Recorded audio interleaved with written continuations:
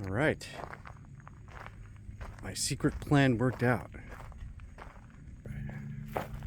Another secret passion, Antarctica.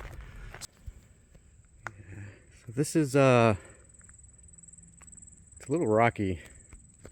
Gotta pick up the kayak and walk along these rocks here. It's a little workout.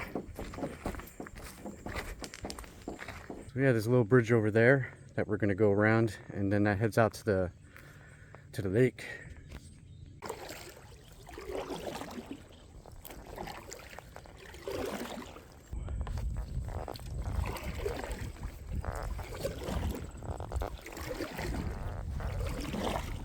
So far so good.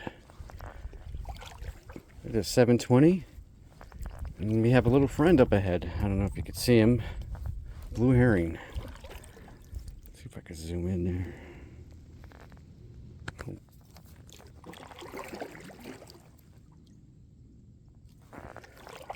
Let's see how close we could get.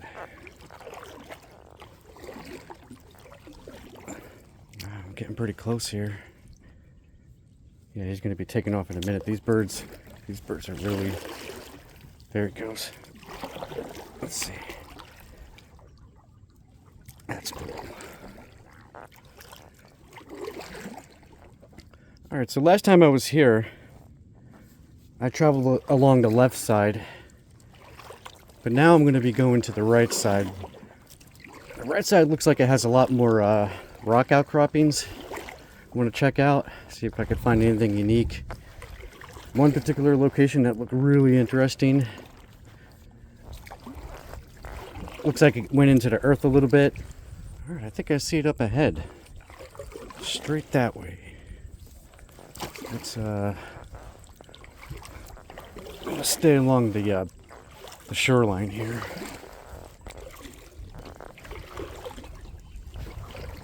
Let's see if I could get that story before I get to the location out. The infamous letter of the Stone Chamber community, the John Pynchon, John Winthrop letter. So back in 1654, a letter was written by John Pynchon to John Winthrop II. I don't know if you remember back in high school, you might have heard of John Winthrop, but not too many people heard of John Pynchon. Now their fathers, John Winthrop I and even John Pynchon's father, was one of the first colonists to settle here in North America. Massachusetts Bay. Hardcore Puritans.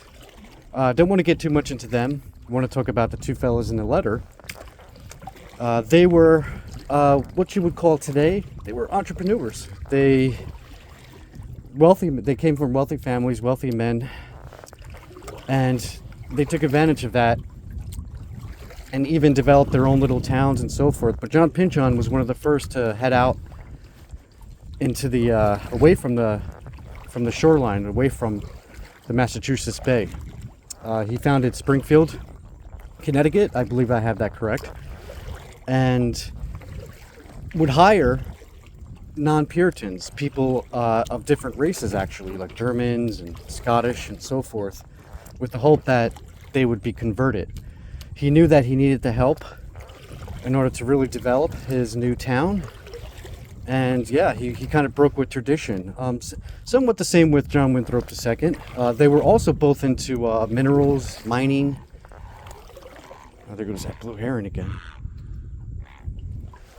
And yeah, they were in the fur trade and so forth. Now, John Pynchon was somewhat of an ambassador.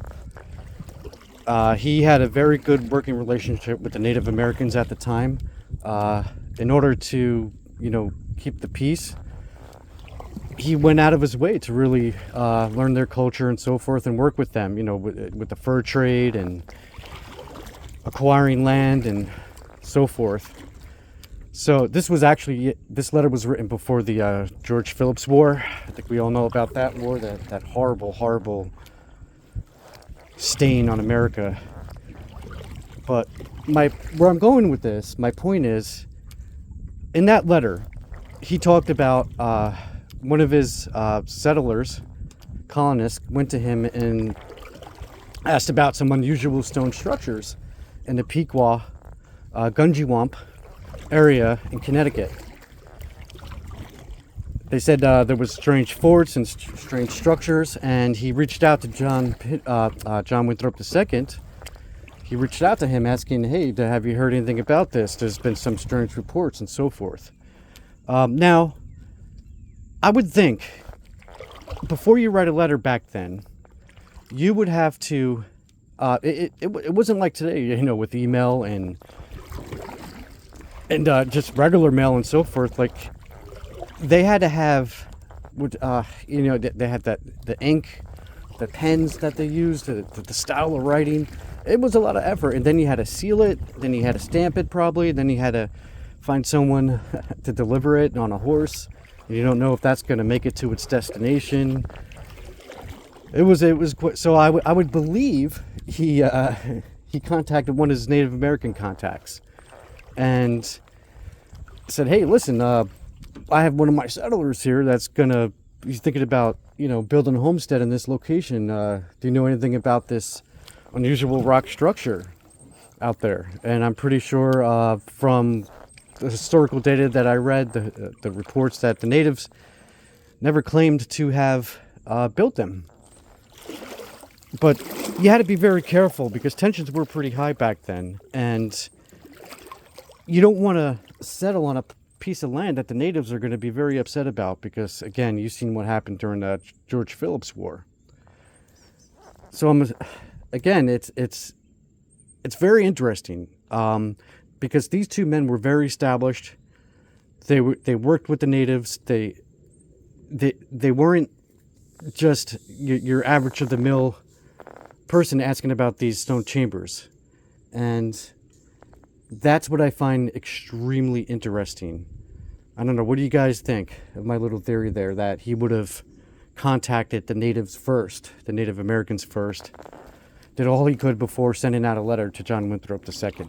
Now, unfortunately, we do not have the response. They might have met up in person, so there was no correspondence. I say infamous because they're in a lot of articles that you read, and they're referred to a lot within this community. Maybe I'll talk about more of that in the future, but I want to get in there. I want to see what's going on.